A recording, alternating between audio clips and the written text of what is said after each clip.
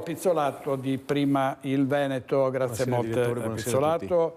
Allora Pizzolato che conosce molto bene il sistema delle banche, ma sa benissimo anche cosa sta accadendo nel settore primario. Lei che idea si è fatto, Pizzolato? Non ho mai sentito così tante come questa sera, tante ipocrisie. Una cosa incredibile, hai perfettamente ragione. Adesso sono tutti dalla parte degli agricoltori perché si sono mossi. Una cosa vergognosa, perché nessuno si è accorto prima. Faccio un piccolo esempio.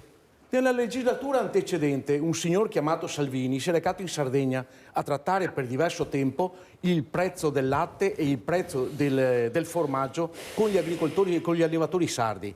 Stanno ancora attendendo una risposta con i bidoni rovesciati in mezzo alle strade affinché quel prezzo possa fare in maniera di poter sostenere le loro famiglie e la loro vita rurale, perché altrimenti chiudono tutti quanti.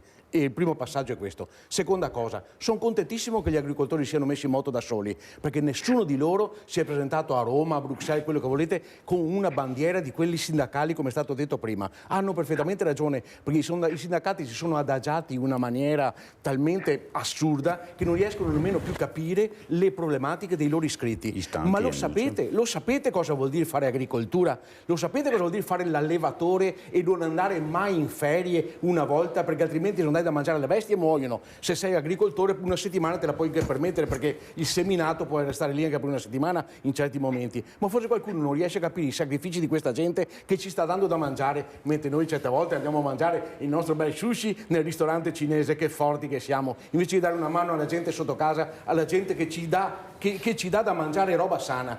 Importiamo i prodotti, il grano dall'Ucraina, perché oltretutto è all'8° posto, importiamo il grano dalla Grecia e dalla Turchia, quando qui in Italia invece ci sarebbe la possibilità di seminare e avere il grano che riesce a soddisfare la produzione per tutta la popolazione. Vergognosi di italiani, perché giustamente, come è stato osservato prima, siamo in Europa.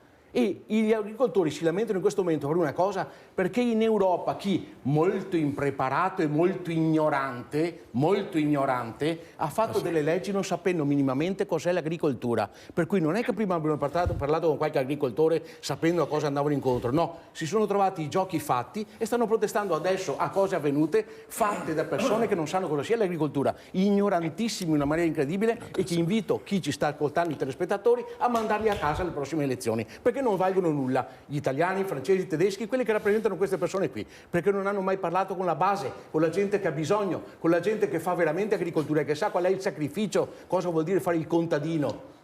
Allora potreste capire cosa... A me fa una rabbia immensa che abbiamo dei prodotti, siamo tutti lì ogni mattina con le trasmissioni di sera che ci laviamo la bocca per quello che mangiamo, quanto è buono, andiamo sta dieta mediterranea e tutto quanto. Ma sapete cosa vuol dire fare la dieta mediterranea, mangiare cose buone? Quando andate al supermercato, l'avete guardato il vasetto di marmellata? L'avete comprato quello di Rigoni o avete comprato la marmellata che viene via dall'Ucraina? Perché so che è vero, costa 10 centesimi in meno, lo so. Con i tempi che corrono lavorando in banca lo so perfettamente che anche i 10 centesimi contano, ma lo sapete che è stata fatta a 10 km da Chernobyl? Chiuso? E questa qui è la risposta che potevo dare io questa sera. Paolo Pizzolato di Prima il Veneto. Pizzolato, sul piano Mattei cosa Sono assolutamente contrario.